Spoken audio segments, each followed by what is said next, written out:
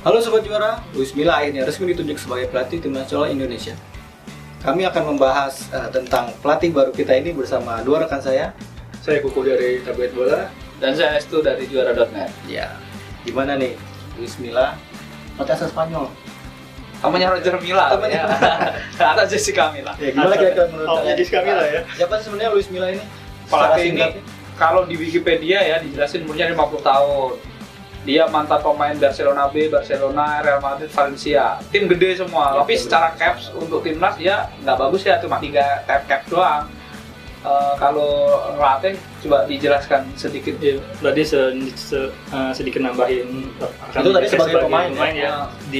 Sebagai pemain kan selain di klub besar tadi, dia juga membawa juara semuanya di Barcelona, Real Madrid dan Valencia. Dan di saat mengawali karir sebagai pelatih dari U19 seperti timnas junior ya. Umur sampai akhirnya 21 dia dapat era kejayaannya ya Mas. Sebagai juara Piala Eropa Under-21. Iya, tapi setelah itu kan dia harus berurusan dengan pemecatan. Ketika dia gagal fase grup di Olimpiade 2012. Terus lalu dia berkarir di klub di Al Jazeera itu 8 bulan. 8 bulan dia dipecat, terus beralih ke Lugo, tim Segundo Division. Dia mundurin diri, lanjut ke Zaragoza, dipecat lagi. Nah ini makanya yang menarik nih, boleh lah Milla tuh punya rekor cemerlang sebagai pemain, tapi sebagai pelatih pernah juga cemerlang dengan timnas junior Spanyol. Tapi belakangan itu tadi diwarnai banyak pemecatan. Nah, gimana kira-kira prospeknya? Apakah bakal menular sama timnas nih? Semoga enggak ya. Kalau ngomong prospek sih sebenarnya kan bukan Millanya, lebih ke PSSI-nya sebenarnya kan. Kalau Milla orang baru, pasti dia punya kendala bahasa, pasti dia punya kendala banyak lah mempelajari sepak bola Indonesia kayak apa ya, karakternya kayak apa, itu pastilah. Riedel atau pelatih asing dulu juga seperti itu. Betul. Tapi yang pasti adalah mampukah PSSI itu menyiapkan tuntunan atau kerja bareng yang bagus itu loh, program yang bagus gitu loh. Contohnya uji coba ya nggak? Uji coba di Malaysia aja di wikinya itu sudah ada sih lawan tanggal berapa lawan ini kita kan udah jelas gitu loh. Nah kita masih katanya masih berkutat pada SEA Games 2017 gitu loh. Padahal waktunya udah mepet banget sih ya. Iya benar kata Mas Estu tadi ya, selain harus memahami karakter Indonesia, itu harus dilakukan dalam waktu yang singkat untuk sebelum ke target SEA Games itu ya.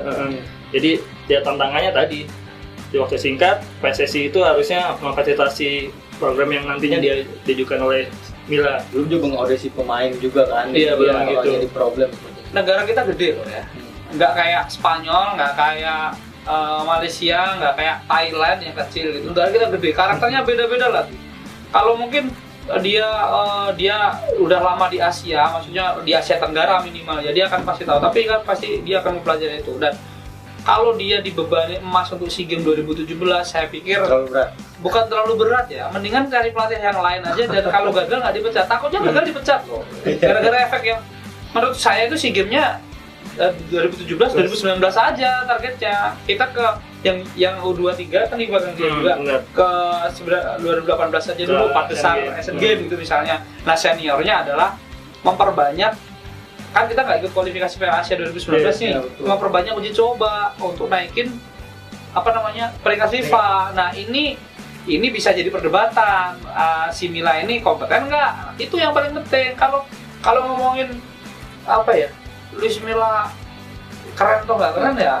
Mungkin secara rekam jejak bagus gitu. Makanya mungkin bisa tapi nggak adil buat dia. Tapi terlepas dari tantangan tadi yang Mas bilang, kayaknya target emas SEA Games sih seharusnya emang bisa ya, soalnya kan track Indonesia di 3 edisi terakhir kan sebenarnya bisa lolos fase grup, bahkan di 2011 dan 2013 bisa perak. Sempat turun di zaman Adi Santoso peringkat 4 ya.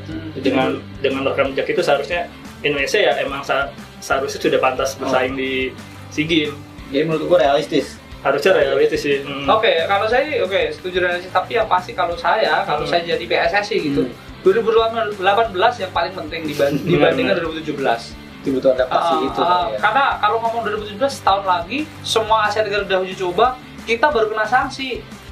Menpora juga belum nyediain lapangan bagus, katanya yang dijadiin itu belum ada gitu. Nah itu jadi ya udah saya harap sih Luis Milla nggak jadi korban kesewenang-wenangan dan ketidakpuasan saat itu aja sih. Tapi yang menarik ini guys, oke lah mungkin Luis Milla kurang adaptasi ataupun dia kurang memahami sepak bola Indonesia, cuman siapa tahu nih dengan asistennya pelatih asli Indonesia, siapa tahu bisa terdongkrak, apalagi pemain-pemainnya juga pasti termotivasi nih dengan pelatih sekaliber Luis Milla ini.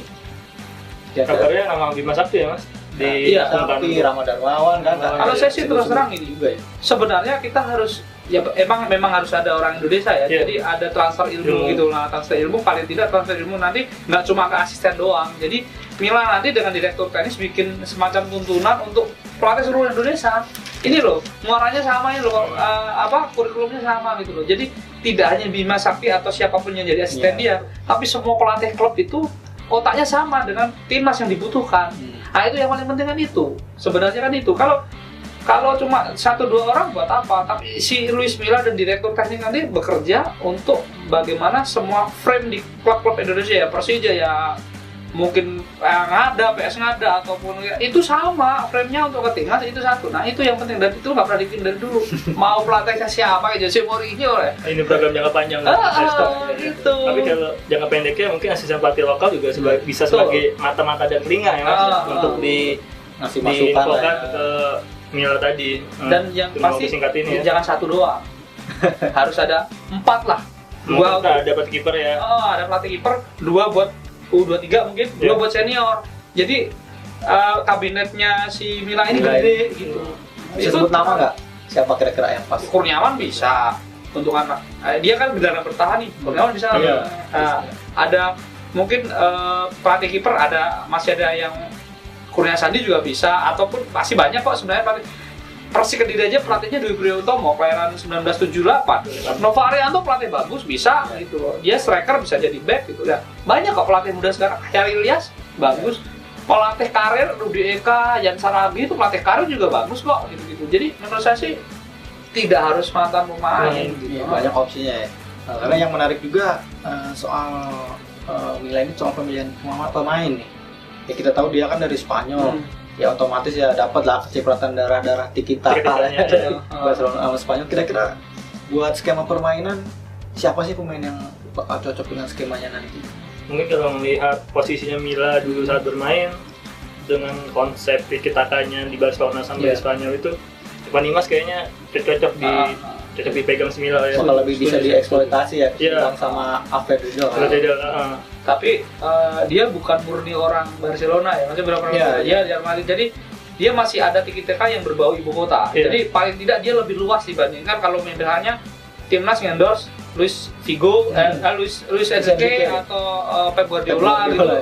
Tapi kalau saya pikir dia masih bisa lebih luas. Jadi Evan Dimas masih bisa pasti akan dimaksimalkan ya dengan gayanya yang ngedelay bola segala macam. Tapi dia sebagai gelandang bertahan, dia pasti akan eksploitasi model-model kayak pemain cepat ya, pemain cepat, pemain dia kokoh kayak Bayu Pradana, kayak gitu. Dan sekarang banyak pemain itu muncul di Indonesia itu. Oke, menarik sekali nih pembicaraan tentang Luis Milla ini ya. Oke Sobat Juara, nantikan saja nih kiprah pelatih timnas baru kita. Semoga sukses guys. Amin. Ya, yang pasti selamat datang di Indonesia Luis Milla. Iya betul, dengan segala dia harus menemukan solusi ya segala.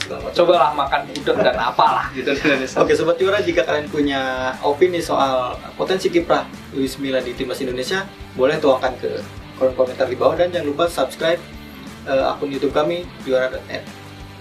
Ciao.